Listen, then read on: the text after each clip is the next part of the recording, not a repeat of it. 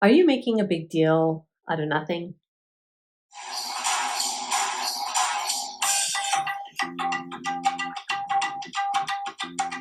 Hi there, and welcome back to Ask Dr. Syra, the show where I answer your questions about personal growth, mental health, and relationships. Today's question comes from Beth. Beth says, I'm really insecure about a certain part of my body, and so avoid wearing certain clothing. My partner says I'm making a big deal out of something that no one else even notices. How can I tell if it's just me or if it's actually as bad as I think it is? I'm really insecure about a certain part of my body, and so avoid wearing certain clothing. My partner says I'm making a big deal out of something that no one else even notices. How can I tell if it's just me or it's actually as bad as I think it is?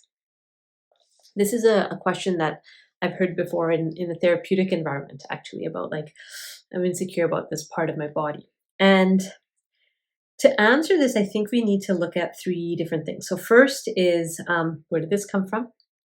You know, I love to talk about that. Second is around self-worth. And the third I call doing the opposite. So let's start with where did this come from?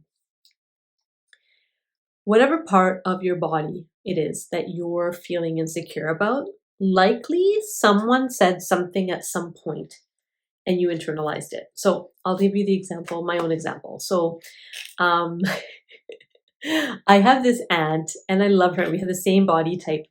And I remember we were watching an Indian movie. It must have been like, I don't know, 9 or 8 or something like that, little. And they were all the women, all the aunties, they were all commenting on this one particular actress. And they called her Thunder Thighs. Thunder Thighs. And they said, you know, she has such a big bum and she has such big, thick legs and thunder thighs. And then I remember later hearing one of somebody in the adults telling my aunt that she looked very similar to that actress.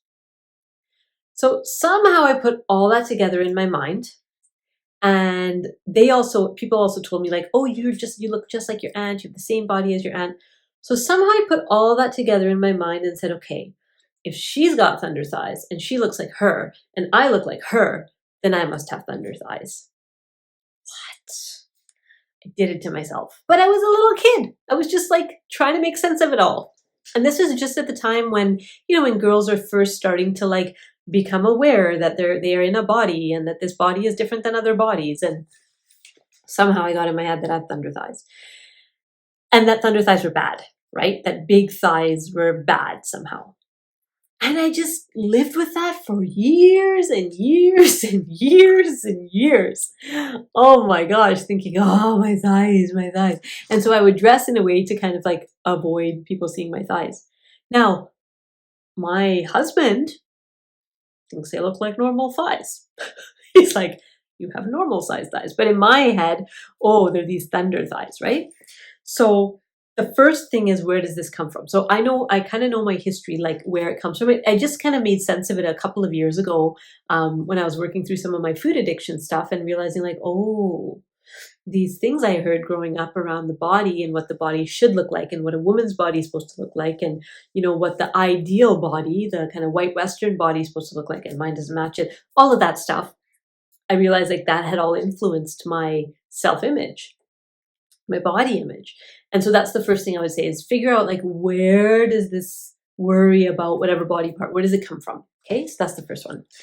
Second one is, are you over identifying with your body? So if my body looks a certain way, then I'm worthy, then I'm worthwhile, then I'm lovable.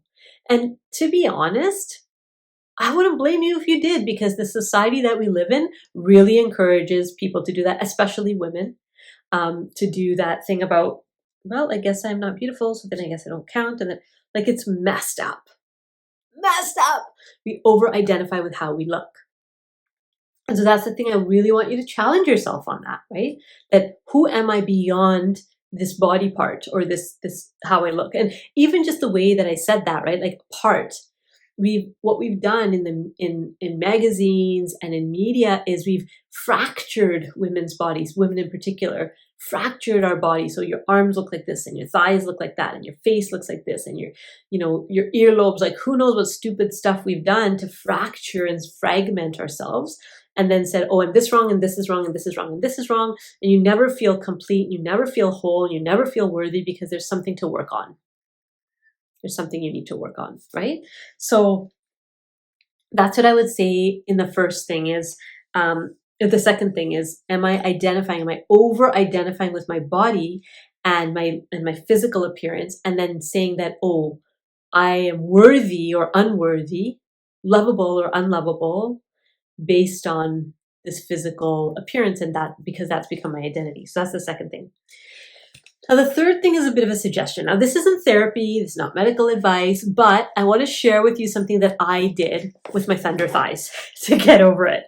And it was recent. It's just about maybe 6 months ago or 9 months ago, where I brought this up in my support group that I'm in for my eating disorder, my food addiction.